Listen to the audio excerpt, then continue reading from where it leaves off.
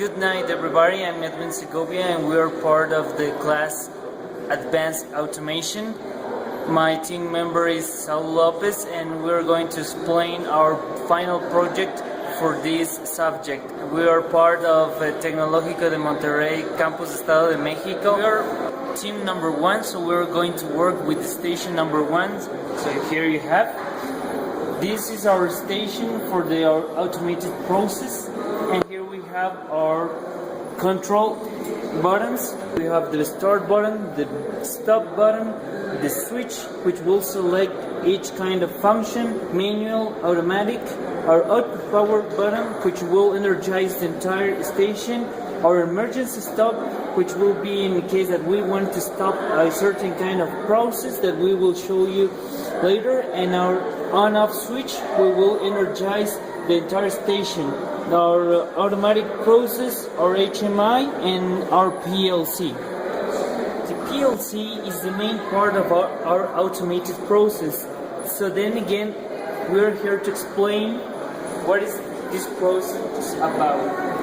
This cylinder will feed these tiny pieces that will be part of the carry of the entire automated process.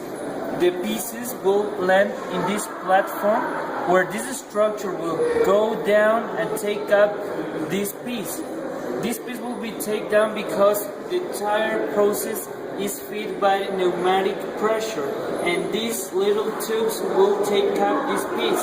Then the structure will go up and then will move from left to right and finish in this position, and then it will left in this area, which is this red box will contain all the pieces. Now we will switch to the automatic mode, and then all the process that was explained before, it is shown for you of the automated process. It is also important to note that this process have sensors all over its process. We have a sensor for the end of the move from right to left, and also another sensor from the move from left to right as well. We have a sensor here from when structure goes up to down and from down to up. There's also another sensor that will sense when we have a base here, and then this cylinder will feed this platform, and then the process will start again. For the communication of the automated process and the software that we use for this final project is the OPC Scout. What is the OPC? The OPC is the standard for information exchanging that defines the type of communication between certain devices. In this case, our devices are the PLC and our computer. We can now show you that we have the items that we imported to this OPC that will communicate, such as the entrance and the outputs of the PLC that will automate all the process. So the part of our final project, we used NX and CATI8. Those are drafting softwares that we used to draw all the parts that include our automated process. As we can see, we integrated those draftings in software here in another software that is Technomatics. Technomatics is a software that is used for integrating those parts, and overall is a manufacturing software solutions for planning, layout, optimization, and simulation, as well as execution of our automated process. As we can see here, the real part automated process and its parts are in this implemented software, and you can see here how we use them and implement it in this Technomatics.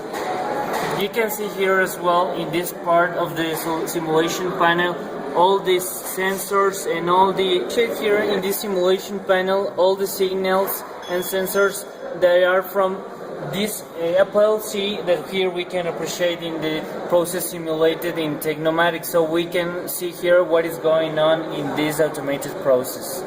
So we can see here all this station as in real life, like you appreciated before. Now you can see the process here, and now in our list of signals, how it is changing according of this real life situation. We can see that the sensors of the end of the movement from this structure is here sensing, and we can appreciate how the movement is in real life, as well as the signs that is receiving from the PLC.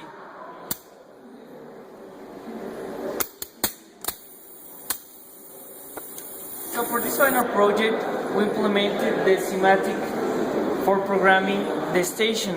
We use the GraphSet language under the HEMA technique. We can appreciate here our programming in GraphSet.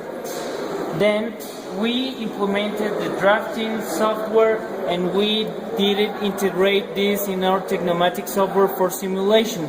We can conclude that after programming in the semantic and integrating this in the Technomatics, we did have a successful approach of our main goals of this project. You can now see a process in manual mode, so we can see in real life and the simulation.